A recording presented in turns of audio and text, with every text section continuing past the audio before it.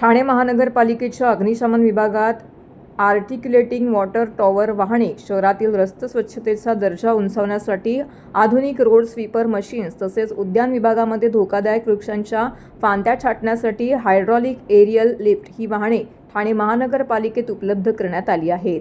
या सर्व वाहनांचं लोकार्पण महापौर शर्मिला पिंपोळकर यांच्या शुभ हस्ते सर्वपक्षीय नगरसेवकांच्या उपस्थितीमध्ये ठाणे महापालिका भवन येथे करण्यात आले आहे। या वाहनांमुळे शहरातील आपत्कालीन सेवा, रस्त्यांची स्वच्छता, पावसाळ्यापूर्वी फांद्यांची छाटणी ही कामं अधिक जलद गतीने होण्यास मदत होणार असल्याचं महापौरांनी सांगितलं आहे।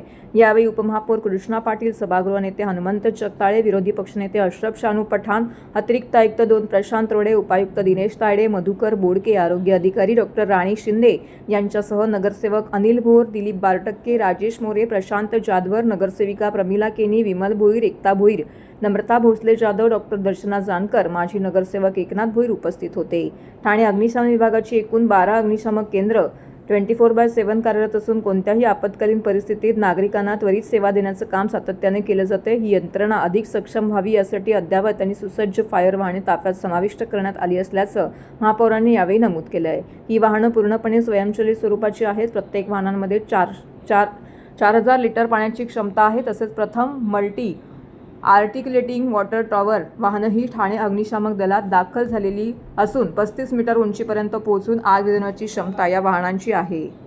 सर्वांना माझा नमस्कार। आणि बऱ्याच वर्षापासून खरं तर या ठाणे महानगरपालिकेच्या फायरच्या गाड्या, आपल्या वृक्षतोडीच्या गाड्या आणि वॉटर डिपार्टमेंटच्या गाड्यांसाठी खूप सर्व नगरसेवकांची मागणी होती आणि त्यानुसार खरं तर आज अग्निशमक दलाच्या फायरच्या आपल्या 3 गाड्या, खरं तर 4 गाड्यांचं आज इथे लोकार्पण सोहळा झालेला आहे।